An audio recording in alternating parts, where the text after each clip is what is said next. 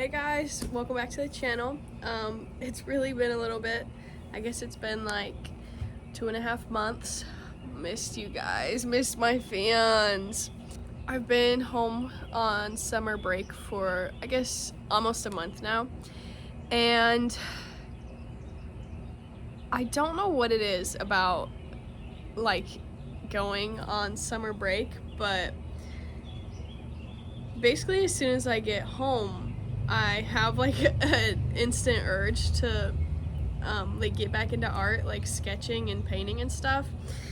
And it's kind of interesting because I honestly don't even really think about it too much when I'm at school. Like for the past couple of semesters I have been taking some art classes, but outside of that I'm not really like dedicating my free time to that necessarily.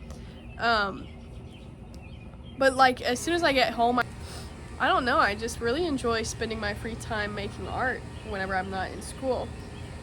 I want to watercolor my grandparents' house and just like give it to them because I do like to make them art here and there, and it's been a little bit since I've made them anything, so I thought that would be nice. So that's what I'm going to do this evening, but I actually only have about 50 minutes to work on this because Love Island comes on at 9, so of course I have to be there for that. It's gonna be episode 3. So far it's been a pretty good season, but that's not what we're talking about today. I'm not talking about Love Island. Getting off track. Anyways, I don't know that I'll even like really get very far into the painting process. Oh, did I even say, so I'm not gonna paint their house in watercolor, I'm actually gonna do it in gouache. And I'm experimenting doing underpaintings in gouache. So I thought that it would be interesting, like seeing how it goes doing an underpainting and stuff like that, yada yada. Also, I don't know if you guys know gouache like that, but it's a lot like watercolor. And I don't really know gouache like that personally. I'm no expert. But it's basically a lot like watercolor, but like opaque. I think that means, if that means what I think it means, then it's like non-transparent unless you really dilute it. So we're gonna paint this, but I don't know that we'll even like get past like the sketching part before 9. So basically I forgot to have my phone charging while I was recording, and so obviously it was on low battery, so it died and deleted the 30-minute video that I had taken,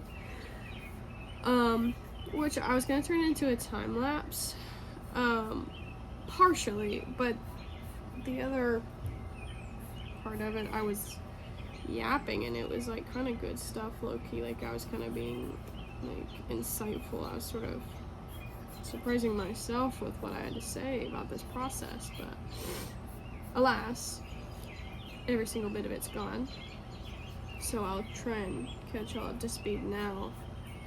Basically,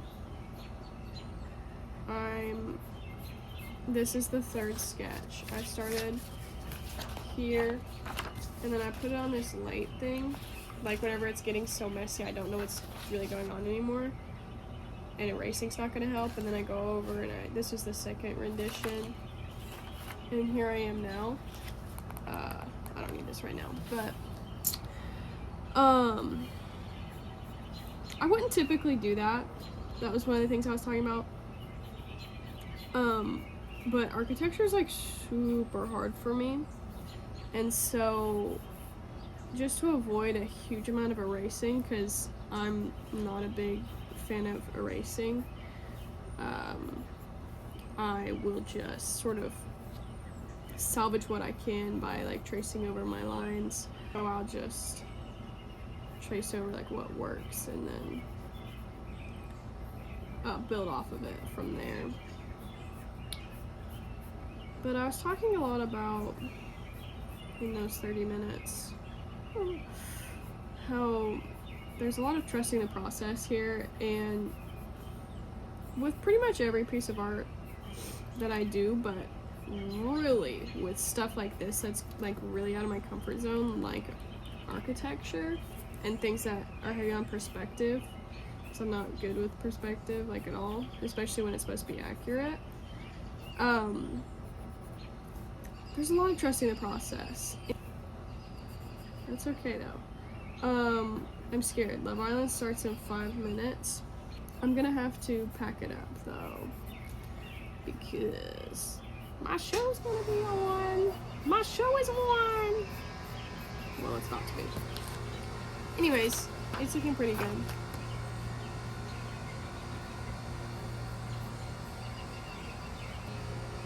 Yeah, this is a good stopping point, definitely. I knew I wasn't really gonna get to the paints, realistically speaking, especially with something like this. Just block this in, boom, boom, boom. What about boom, pow? We'll hammer out the details later / tomorrow. Or you would get a bunch of soap and water into your mouth doing this. That's why I always go on my back. Yeah, I think I did go head first a couple times, but I like to spin whenever I go down. you did. So next morning, it's about 10:30, and we're gonna be jumping back in. Me and my brother just went on a little walk. I thought it was gonna be like, I don't know, still kind of cool, even though it's like 77, or at least not as humid. It was humid and it was bright, and so I have the fan going, so it's blowing my papers all over the place and my hair as well. But anyways, we're gonna get back into it.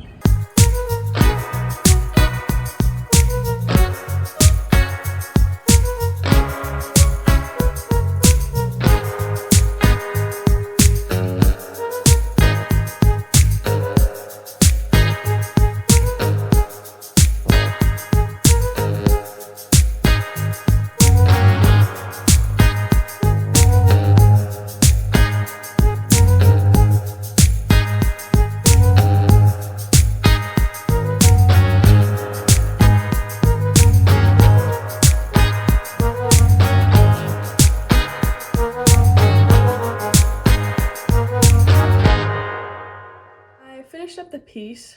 I wouldn't say that it's something that I'm like really proud of. It's not like something I'd be putting in my portfolio or something, but it was good practice, because I really am at a very amateur level in gouache and watercolor, so I really need to just be doing more. And I do think that I hit my goal with the piece, which was I wanted to get more accurate dimension, like proportions structurally, since I do want to do more houses. So I think that I achieved that. The colors were a little creative, but besides that, I wouldn't say that it's necessarily a creative piece. I think it's pretty much basically just like mimicking a photo. I mean, I did take some artistic liberty, obviously. But I wasn't like coming up with any new ideas for it, but this is it finished. I liked doing the underpainting, but I don't think I would do it again for a piece like this, where I want it to be more accurate to my reference. I'm definitely going to keep using underpainting, but not necessarily for pieces like this.